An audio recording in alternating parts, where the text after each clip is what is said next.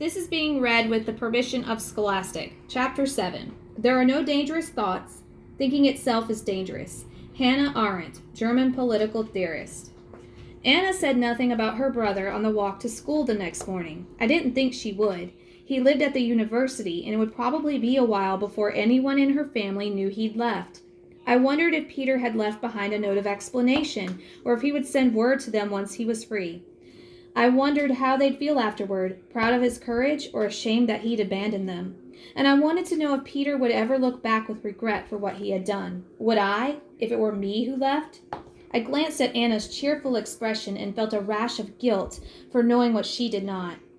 It's just as cold today, she said. Hopefully it will begin to feel like spring soon.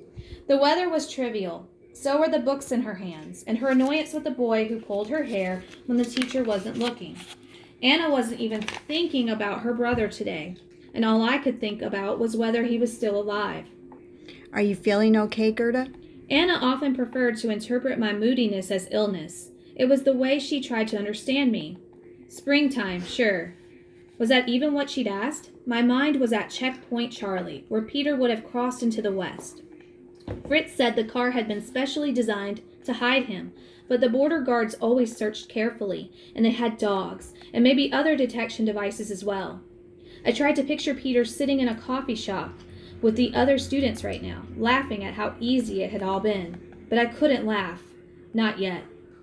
What if you had the chance to go to the west? I suddenly asked Anna. Would you? Anna stopped and glanced around to see if anyone was nearby. When she was sure we were alone, she started walking again, then said, Don't ask questions like that. Don't even think questions like that.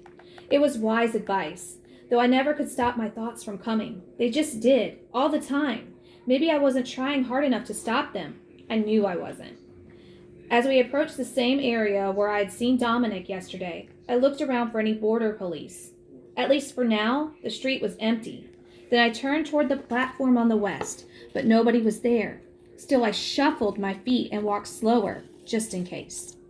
Anna seemed to know what I was doing and grabbed my arm. Please don't, Gerda. He won't come back after seeing you get in trouble yesterday.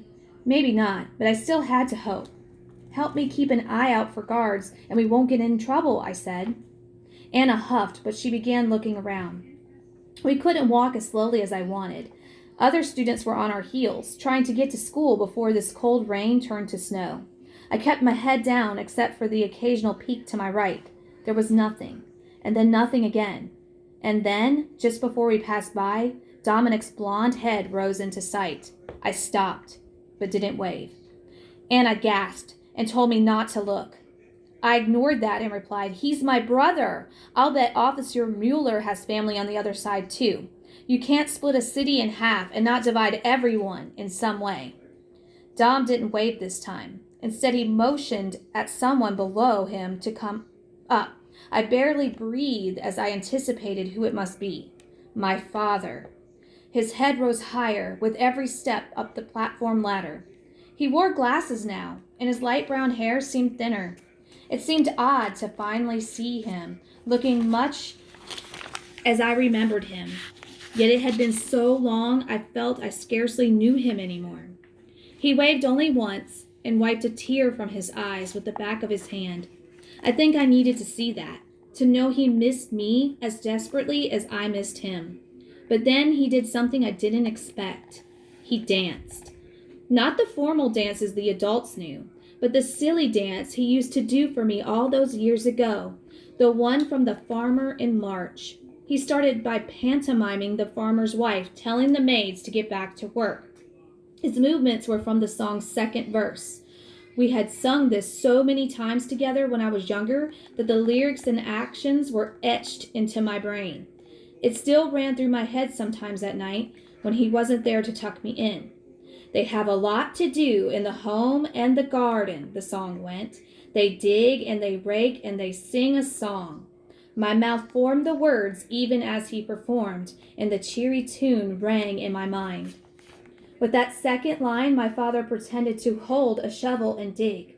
But when he should have moved to the rake, he only continued the digging motions, looking up at me very deliberately, and then made a silly bow, just as he had when we used to do the song together years earlier. I smiled and acted out an applause, just as I used to do. Then he motioned that I should leave and keep on walking. I nodded obediently, faced forward again, and then Anna and I walked away. You could have gotten us arrested just now. She scolded me. And for what? A silly dance? Papa was playful like that. It used to be my favorite song. But Anna shook her head. He wouldn't have you take that risk just to show you a dance. No, he wouldn't. It took me the whole school day to think about it. While the others dutifully studied geometry, Russian vocabulary, and whatever else we learned that day, I considered Anna's suggestion that perhaps there had been a message in his words. Why had Papa chosen to pantomime from the middle of the song? If he wanted me to think about this time of year, March, then the beginning of the song would have made more sense. And if he had danced just to bring up fun memories, the final verse was the silliest to perform. So why choose the middle? I figured out during reading time that afternoon, 45 minutes in which I could not recall a single word I'd read. It come down to the mistake Papa had made in his performance, where he should have changed from a shovel to a rake. He only kept digging. And that was the end of his dance. He was digging. Papa wanted me to dig. But why?